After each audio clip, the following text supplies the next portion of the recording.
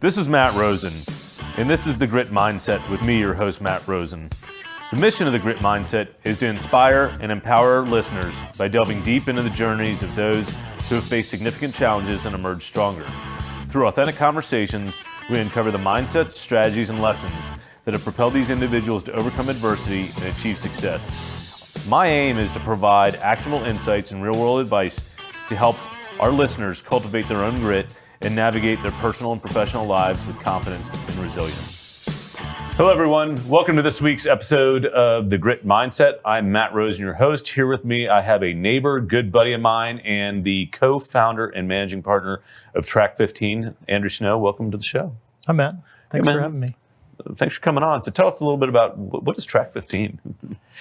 Well, we are a fundraising consulting firm for nonprofits. And we say consulting as an easy in, but really we like to be hands-on partners with the nonprofits that we work with. And the idea is that we get in and get behind the scenes of all of their fundraising operation, and we try and run it as efficiently and optimally as possible. Usually our clients are doing a million other things that are mission focused, and they don't have time to take care of the relationships that actually fund them. So if we can help them operationalize and help them really stay focused on those relationships and keeping them strong, keeping them active, then we know we can really bring about more generosity to them. So we do a lot of work for them, not just the consulting piece of it. Yeah, no, that's really cool. And I think you do work for one of our early guests and mutual friends, Wes Keys and Brother Bill's Helping Hand. Yeah, our oldest client. Yeah. Yeah. That's awesome. Yeah. And I've been to a lot of the events you guys put on. So you guys do what events, help with outreach? Yeah, we think about the fundraising approach like a pyramid. So every organization has about 80% of their funds coming in from about 10% of the people that give to them. So we help our clients like Wes really hone in on one-to-one relationships with the people at the top of that pyramid. Those are people, wealthy people, companies that do big sponsorships, and foundations that give grants. So anything that we can do to help those relationships stay warm typically makes giving more realistic or more possible. And then we do a lot of marketing. So the middle of the pyramid has to do with, like, North Texas Giving Day is probably pretty familiar to everyone. But there are these periods throughout the year where we really turn up the volume on the marketing of fundraising, and we hone in on the population of people that follow or have indicated some sort of interest in the organization. Gotcha. And then events is at the bottom of the pyramid. And you've been to Brother Bill's events, of course. When you go, always a good time. Always a good time. And you probably see a lot of people you don't know. So events present a great opportunity to get new people into the pyramid and introduced to Brother Bill's or whatever organization. And then all of that stuff's propped up by data. So like Salesforce, Bloomerang, those are two big CRMs that our clients use to keep track of all the activity. Very cool. So they stay focused on the mission. You help them raise more funds to do more good things with the mission. That's exactly it. That's great. And you got like 2,500 nonprofits here in North Texas, so it's probably a good place to be. It's a good place to be. Yeah. So what got you into this? I mean, tell us a little bit about your history. And I don't know if you woke up one day saying, I want to be a founder of a firm that helps nonprofits. So tell us some of the story. Yeah. Well, I'm an only child, and I grew up in Edmond, Oklahoma, which is kind of like a Plano of Oklahoma City. And I say only child because I feel like growing up, I felt like I was special. But then I'd go into a situation where people have siblings or people have established friendships, and I'd feel kind of like an imposter. So most of my upbringing, I kind of think of moments where I was either the center of attention or I was trying to figure out how to even get any attention. Mm-hmm. And my dad passed away when I was 16. And when that moment happened, I feel like the specialness and the imposterness kind of came into focus, and suddenly I could go into a situation and be kind of special, but in an imposter way, and shake things up and get away with it. Yeah. Interesting. And so, that must have been really hard. Yeah, it was. It was. I don't feel like I had someone guiding me through that. Not in a bad way. I had wonderful people around me, but I wasn't really open to what they were offering. I was figuring it all out on my own. So I went to work. I went to college at University of Oklahoma thinking I was going to be a doctor. And once I looked at the first test, practice test for the MCAT, I decided I was not going to be a doctor anymore. And I had been real involved in student life there. So, to build a resume to get into medical school. And I met great people that through involvement, and once I said, I'm not going to be a doctor, I don't know what I'm going to do, they offered me a job out of college that would be working for the university in fundraising. I knew nothing about fundraising other than whatever that experience was that they were about to give me. So I was there for 2 years, and side note, I was in a band. I was going to ask about that, your musical career. Yeah. I was real serious about wanting to be in a band. Again, I think about like the focus of being special and feeling like an imposter is super punk rock, and so I wanted to go. What was the name of the band? Red Monroe. That's a whole different podcast. But we had some success. It got the band out, and it got us in this mindset of we should move to Dallas or move out of Norman, Oklahoma, and figure out how to have a band. That's what influenced me to leave University of Oklahoma as a professional and come to Dallas. So I worked here at SMU. I don't know how or why they hired me, but they did. And I came in at a really opportune time where SMU was at the very beginning phases of their centennial campaign, their capital campaign. And I got so lucky to get some opportunities to be on the planning and strategy side of that campaign. So I could see something that big. It turned into a $1 billion plus campaign, and I got to see it from its inception and how it grew and what the designs were and what the strategy was. And so I was there for a long time, and I got my MBA. And once I had my MBA and had the experience of being at SMU, I thought I should go out and do this, on my own, where I'm kind of my own person. So I got recruited to be the chief development officer at the Dallas Children's Advocacy Center. Okay. And that was my first foray into not working at an institution like SMU. And it was really hard. It was... How so?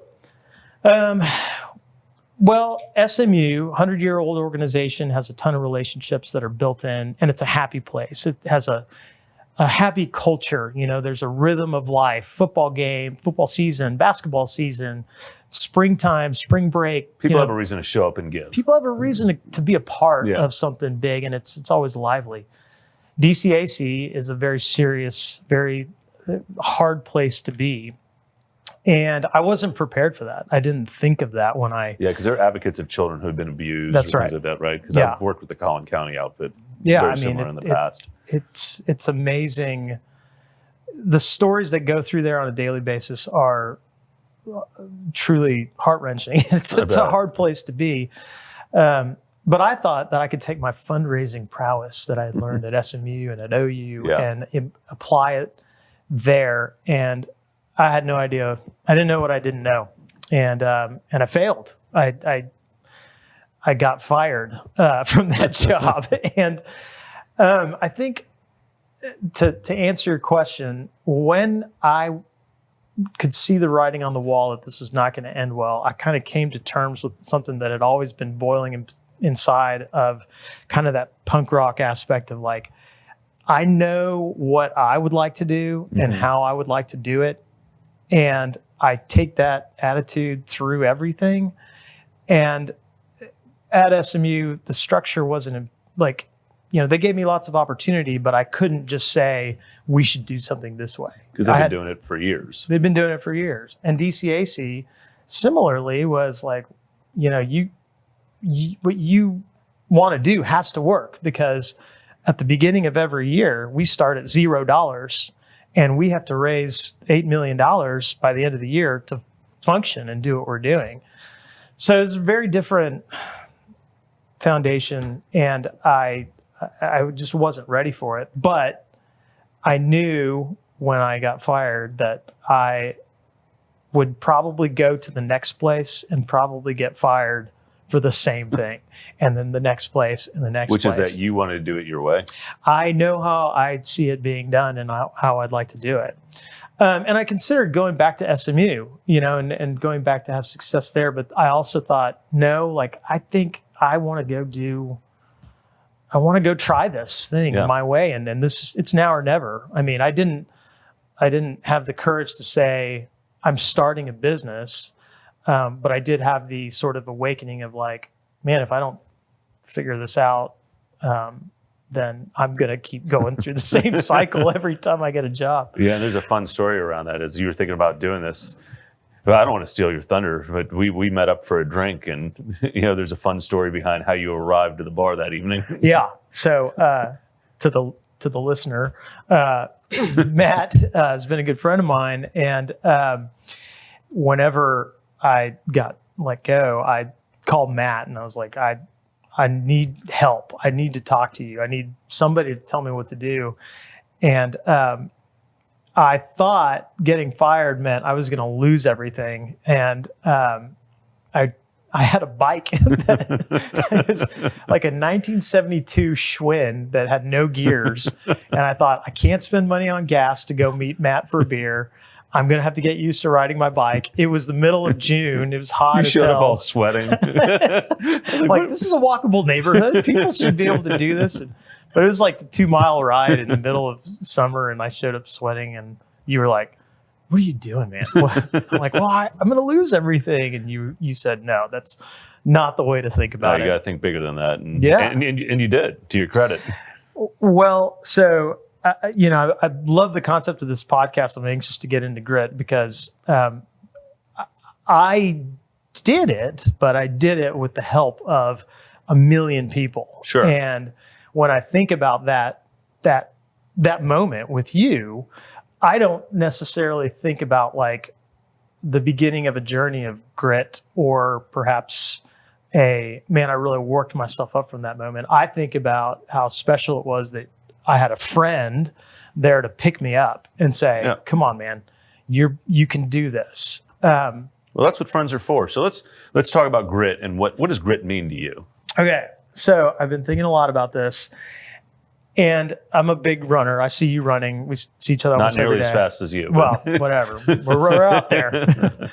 But you've done a marathon before, right? I've done halves. I've done a half Ironman, though, which that's 5 hours of exercising. It takes a while. Yeah. So I think about and I think everyone has some sort of relation to this. You hear about runners in a marathon. You get to mile somewhere between 19 and 23 where you hate life. You hate everything. You want to give up.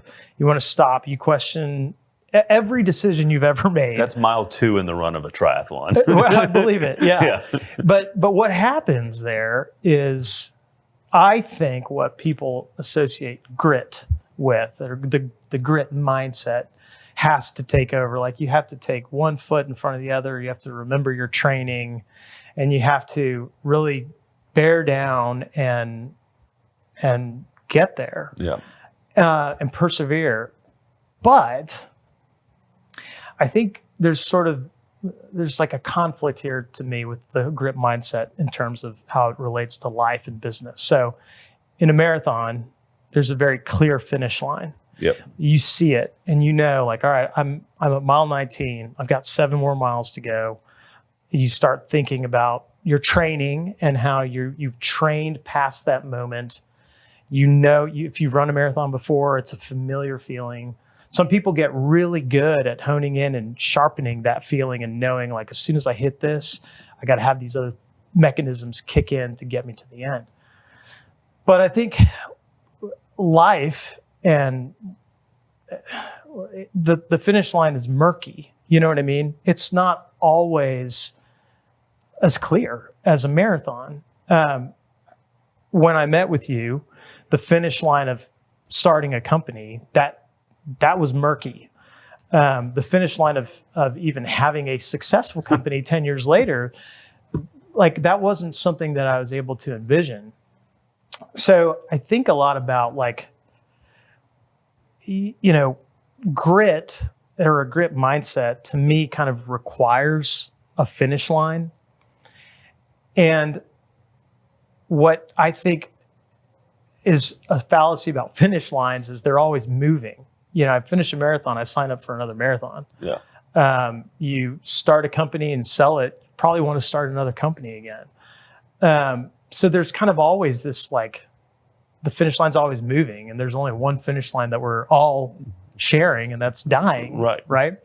So I think about, like, well, what happens when you're sitting there and you're about to die? Like, are you glad that you bought another company? Are you glad that you put in the extra hours to do whatever? And I think that is not what people think about. I think what they think about is the people that they've been around. Yeah. Who are the people that you love that have made your life your life? Who are the people that you're leaving behind that have had that impact? Who are the people that you're rejoining in the afterlife? Yeah. That you're excited to see again. And so I think about that finish line, and I think about what I value is kind of transformational moments, enriching moments, and joyous moments that are a result always of relationships and of people coming in and out of your life that help you do that. And so rather than thinking about like grit mindset as a journey to a finish line, I think about it as sort of the space between failure and rescue. Mm-hmm. And in that space, it's interesting to me too, is if you think about being in that space and you think about people who are demonstrating, quote unquote, grit, they're working hard. If you think about people in socioeconomic situations where they're working hard and grit, man, like you ain't seen nothing like That might be all they have. That might be all they have. And there's no finish line without the relationships, without people coming in and saying, hey, I see you working hard. Let me lift you into this next category of opportunity. It's what you helped me do at the bar, let me help lift you into this new way of seeing things. My partner, Chris Schultz, at the same time, he had the same sort of transformative impact. Like, hey, I see how you're working. Let me bring you into this different scenario where your work can be presented differently and you can begin to thrive from there. So if you had to pin me down and say, what is your definition of the grit mindset? I would say it's a mindset that occurs not between failure and a finish line, but between failure and a launching point. And it has a requirement of being open to people and saying, hey, I need somebody. Yeah. I need somebody to pull me out and rescue me and take me the rest of the way. It's a really interesting perspective and way of thinking about life and how grit impacts, success and failure and how you pick yourself up. I'm glad to be a friend. I'm, glad that conversation at the bar where you rode your bike was helpful. Glad Chris joined forces with you because I know he and his wife Ashley have been great partners in the business with you. The best, yeah. So, maybe share with us some of the stories of getting this company off the ground and some of the hardest things you've had to learn to move from that point of, hey, I got fired. I'm riding my bike to the bar to meet my buddy. Yeah. I realize maybe I won't have to ride a bike everywhere. Maybe I can continue my lifestyle if I build a successful firm. But obviously that path over the last 10 years hasn't been all roses. So talk about some of those formation stories and some of the more challenging things you've had to overcome and how people have come together to help you through them. Yeah. Well, on a personal note, getting fired and thinking I'm a special imposter, that was pretty tough, and that sure. really that was a difficult piece to recover from a confidence standpoint. And again, my wife, Chris Schultz, Chris Kulak, Matt Rose. I wrote all the names down in here of all the people that came around me and never said like, "Hey, you're awesome. Like, keep going." There was never that sort of false positivity. It was always, "Hey, come on." And so it took a lot of work for me to have the strength to like put myself out there with a client and maybe push back on a client. It took a lot for me to have the confidence to tell a client what they were doing wrong. And so having the people around me to say like, it's okay, they want to hear this, they're paying for this or whatever.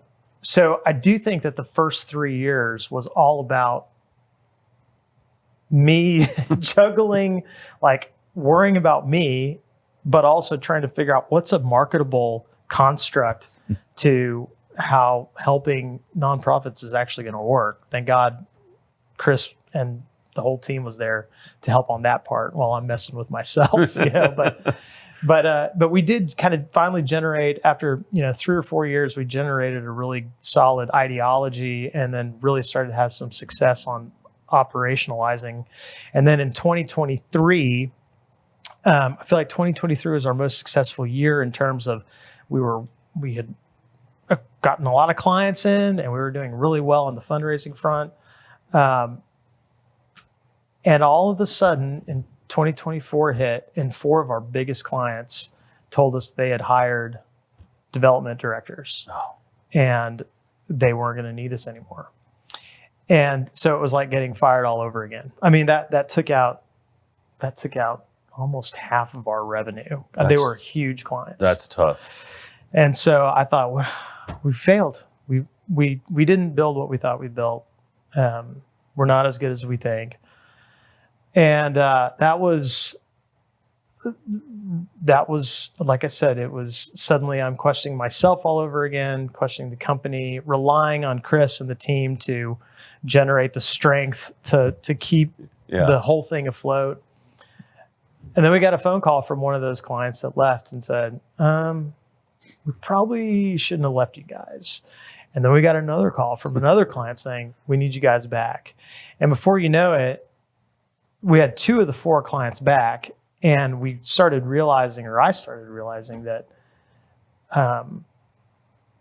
we're almost coaching our clients away from us. And that's a really good thing. Yeah.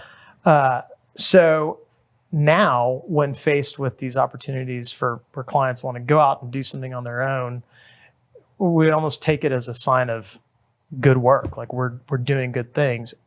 And over time, I've learned that there's always business available. There's always clients that need this kind of help. So I mean, there's probably only so many great development directors, and they're going to come and go from your clients. And in some ways, part of being a great consultant is working yourself out of a job over time, but invariably things happen and you get invited back, or clients refer a friend or things like that. Yeah.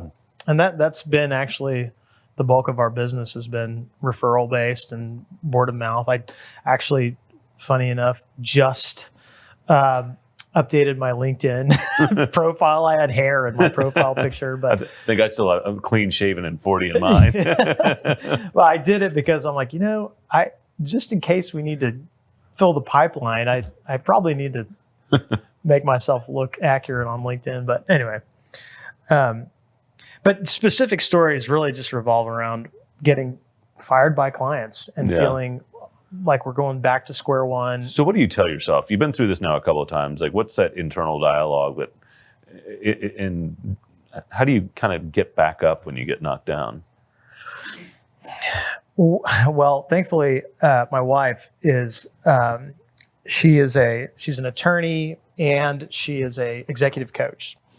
And she has this ability to like really drill down deep into anyone she talks to. And so when I'm down and when I've been knocked down, she has helped me, okay, I'll give this analogy. at mile 19, you're all alone. It's you and your thoughts. Yeah. There may be 100 runners around you, but usually they design a course to where 19 and 23 is you're away from the crowd. The times of runners have thinned out. It's just you, and it's really freaking lonely. And the fallacy of being lonely on a marathon, to me, and comparing it to life, is in a marathon, like it's just you that's going to get you across the finish line. It's not a team sport. But life, as Jen helps me recognize, it's about opening yourself up and inviting what the world is going to bring in. Yeah. And I think for me, what I've learned, certainly, I knew you were going to ask me about my background, and I kind of mapped out the moments in my life, and you can see the people affiliated with transitions in life, and then that period where I went from SMU until Track15 through that sort of void with DCAC. Yeah. I have no names written down there. I was doing that by myself. Interesting. You just tried to trudge it alone like a marathon. I thought I could do it. I thought, like, it's me. I am the reason that this stuff can work. And so usually whenever I'm down on myself, Jen will ask me, like, well, what are you open to? What are you looking outside of yourself for? And thank God I have really patient, wonderful people that weather that with me and are always kind of there to say, like, hey, Snow, come look at it this way. Come think about it this way. Well, I think it's great that you pointed that out, because I think a lot of people think about grit. It all has to come from yourself, but it can come from your network, from mentors, from your spouse. Yeah. So I think it's important that you're calling that out. I think for those listening, it's something to think about. Is like, who are you spending time with? Who is your network? What does your support group look like? And not everyone has one, but it can be built. Yeah. Well, every one of these episodes that I've listened to, the through line is always the people that are around the person telling the story. That every story ends with, and then somebody reached out to me, and then, like your Thanksgiving episode, I thought was really cool because it was like an Oscar. There have been hundreds speech. You were naming all the names of all the people. Yeah, it wouldn't be possible without all of them. No. I didn't get here by myself. Yeah. Nobody does. And to me, that's sort of not the conflict, but like that's both sides of the grit mindset coin. Is like, you got to be able to do the work, but like, I know a lot of people that have worked really hard their whole life for no finish line and no reward. So what's the difference? Well, I think people and the openness to letting people do the work with you. Our clients would say the same thing. Brother Bill's is a conduit of relationships between people who have and people who don't. And both people that come in through Brother Bill's are mutually transformed by their experience together. It's a fascinating organization. Wes has done a phenomenal job of bringing lots of great people like yourself in to help him create that experience. Yeah, and the organizations that we see that do that bridge that gap, are the ones that are successful, and the ones that go through it thinking that it's just them and just they can solve it are the ones that really struggle. No, that's really cool. Other topics that we didn't cover that you were thinking about? I know you got your notebook. I know thank you for spending the time prepping to be on the show. But are there things we didn't cover that you wanted to talk about during our time here, or stories you didn't get to share yet? Well, not necessarily stories, but summation of, my business. It's what I think is unique about nonprofits is that we're not selling something tangible. Right. We're selling something very heart-based. And the idea of success for my company being having a bunch of clients or selling, we talked about the founder's bottleneck, and this is kind of the conundrum is like, I don't know what it is, because I know that our obligation to our clients is to have an understanding of human behavior and how people move in and out of generosity and what that means to them. And there's not one way, like I can't get in your head and make you say yes to West Keys. But